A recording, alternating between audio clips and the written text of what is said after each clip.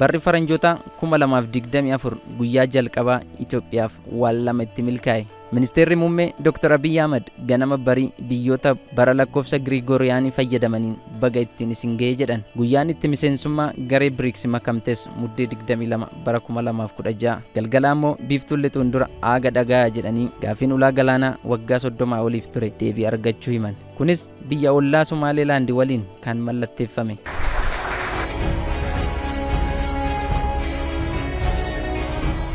Baga bara haarawaa faranjootaatii fi guyyaa cabinsa diinagdee Itoophiyaa bifa haarawaan ittiin qurcinuun isin gahe. Marii obboleewwan keenya ummata Somaalilaandii waliin gooneen fedhii fi gaaffiin tokkoffaa ummata keenyaa kan ture hulaa galaanaa akkuma ummata keenyaaf waadaa galleen hulaa galaana diimaa misoomsuu fi itti fayyadamuuf waliigalteerra geenneerra.